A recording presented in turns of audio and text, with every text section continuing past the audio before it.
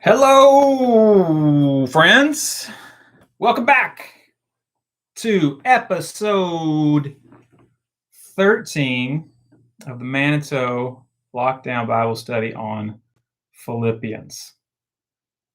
We have come so far, and it feels like ages ago when all of this began, and we were trying to sort our way through things to make sense of what was going on, and landed on this book of Philippians, which was written by a guy who was in his own kind of lockdown, house arrest, to a group of a church who was far away. They had to maintain this great social distance.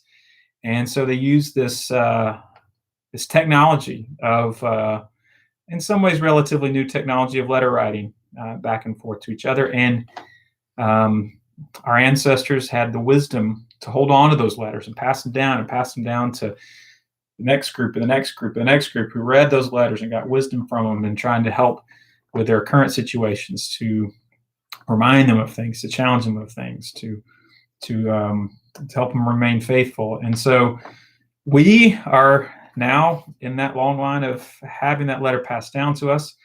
And we have gone through 3 chapters, and now we're halfway through the fourth and final chapter of it, in which we're going to now read verses 10 through 14. This is our penultimate episode. And each time, I'll remind you, I've just been reading the passage through 2 times. The first time, I invite you just to listen to it, see if there's a word or phrase that sticks out. And then I'll read it again and then see if there's a question, something you wonder. What do you notice in the first? What do you wonder in the second? And if you only do one of those, that's fine.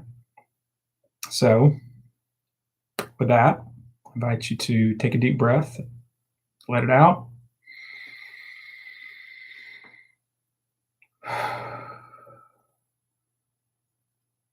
And once again, listen to the word of the Lord. Philippians chapter 4, starting at verse 10. I rejoice in the Lord greatly that now, at last, you have revived your concern for me. Indeed, you were concerned for me, but had no opportunity to show it. Not that I am referring to being in need, for I have learned to be content with whatever I have. I know what it is to have little, and I know what it is to have plenty. In any and all circumstances, I have learned the secret of being well fed and of going hungry, of having plenty and of being in need. I can do all things through him who strengthens me. In any case, it was kind of you to share my distress. What did you notice? Got it at last.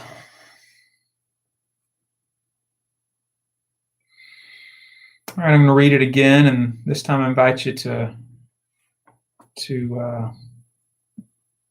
consider, what do you wonder? What does this passage make you wonder?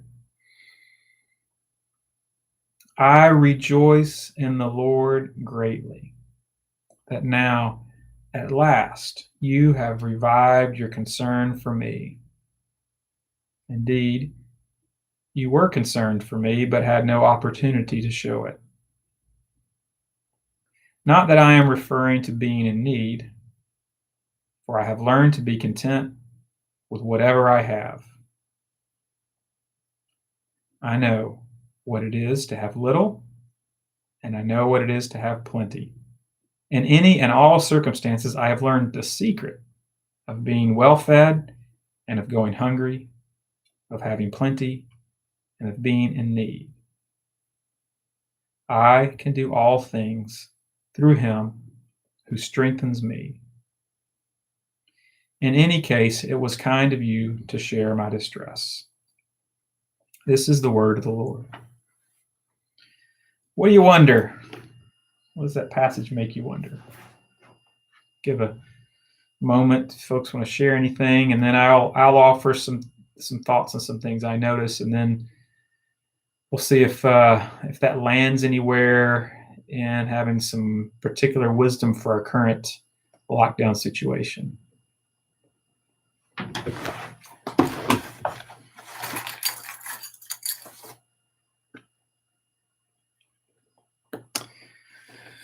So the first thing I notice is this word rejoice. And the reason I notice that is because it shows up all over the place in Philippians. I don't remember exactly the number of times. But it is Philippians, I believe, has the highest per word appearance of this word to rejoice. Paul is very much about encouraging the Philippians to rejoice, despite, here he is in a lockdown situation. They are having their own troubles. Even if you only see that they're having troubles, some internal struggles, Paul is still in the midst of that, encouraging them to rejoice. So I hear that. The second thing I noticed is that this word concern. In verse 10, at last you have revived your concern for me. Indeed, you were concerned for me, but had no opportunity to show it. We're not sure what the opportunity was for them to show it. It's very likely that they were providing Paul with some financial assistance, and so that was their way of showing that they had concern for him. The word, what drew my attention here first is the word concern. And I went and looked it up in the Greek, and the Greek word is phroneo, which I think I've mentioned that before, means to have in mind. Does that sound familiar? If you've been on any of these other episodes, you know that frequently Paul talks about having the same mind, being of the same mind.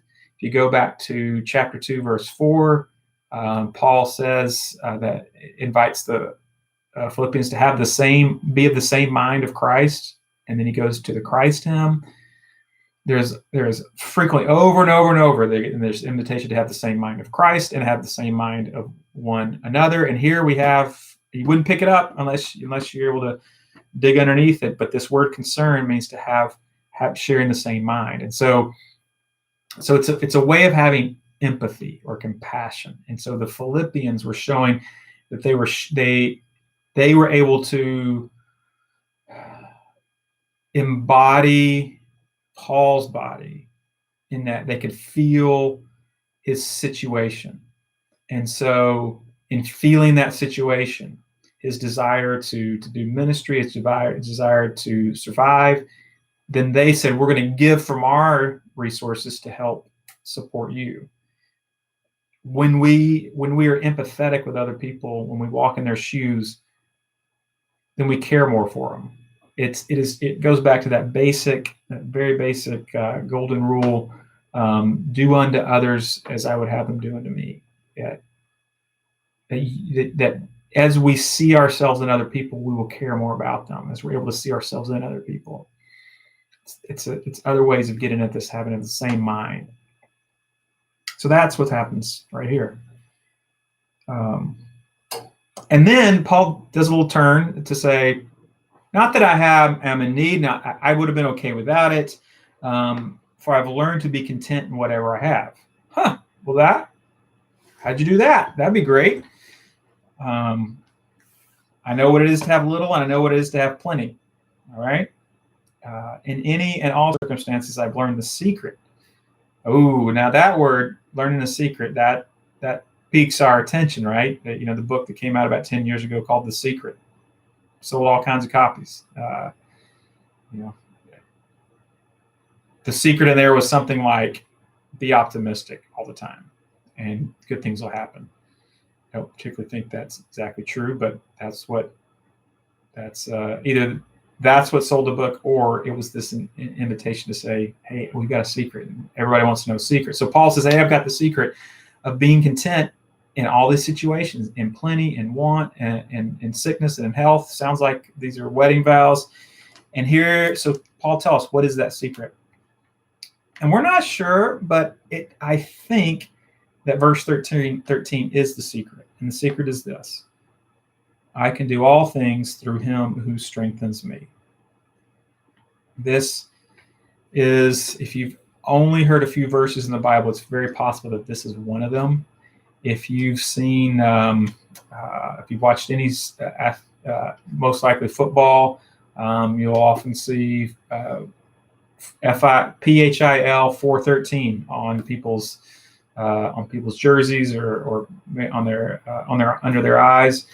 It refers to this verse. It's all over the place. It's ubiquitous, and you can see why. I mean, it is to not to be able to do something can be the most frustrating thing. Say, I can't do something, and it's a source of can be a source of great anxiety. I can't write this paper. I can't ride that bike. I can't put food on the table for my family. I can't fix this relationship. When we get in those places of not being able to do something, think of all the anxiety and the frustration that causes. Now, imagine coming to the place of saying, I can. I can. How is it I can ride that bike? How is it I can write that paper? How is it I can repair that relationship? How is it I can put food on the table? Well, it's not up to me. I can do it through Christ. Somehow through Christ, I'm able to do these things. Now, does that mean I'm going to be able to fly if I jump out of an airplane? No. There is a hyperbole a little bit here to the all things, but there is this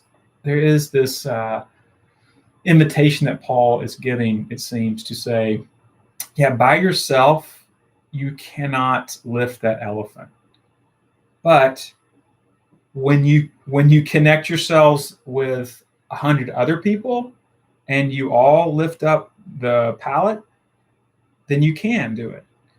When we connect ourselves to greater power, then we're able to do things we couldn't do before. It's not just us doing it; it's us doing it with others. In some ways, it's like it would take me forever to dig out my backyard so that we could pour concrete there and create a sport court. But if you have a backhoe, you get into that and you're able to do this thing you couldn't do before. And so, in some senses, locating ourselves in Christ becomes this empowering move that helps us to do things that we couldn't have done before. I think there's a lot there, and I'm just talking off the top of my head on it. But I want to come to the last part, which is, what does this mean for us in lockdown? Is there words for us in this? And I'm curious from you if you have thoughts about how this might be an encouragement or a challenge to us in our lockdown situation. My first thought is that we're continuing to look at places of things we can't do. And so my question would be, what are the things we can do as we move more deeply into our dependence and our knowledge of and our connection with Christ? What are the things we can do as we move into that? Maybe we'll let go of some things that we're like, I can't do that. Maybe I don't need to. Maybe there's other things that'll open up as we move into this further dependence and trust upon Christ's presence with us.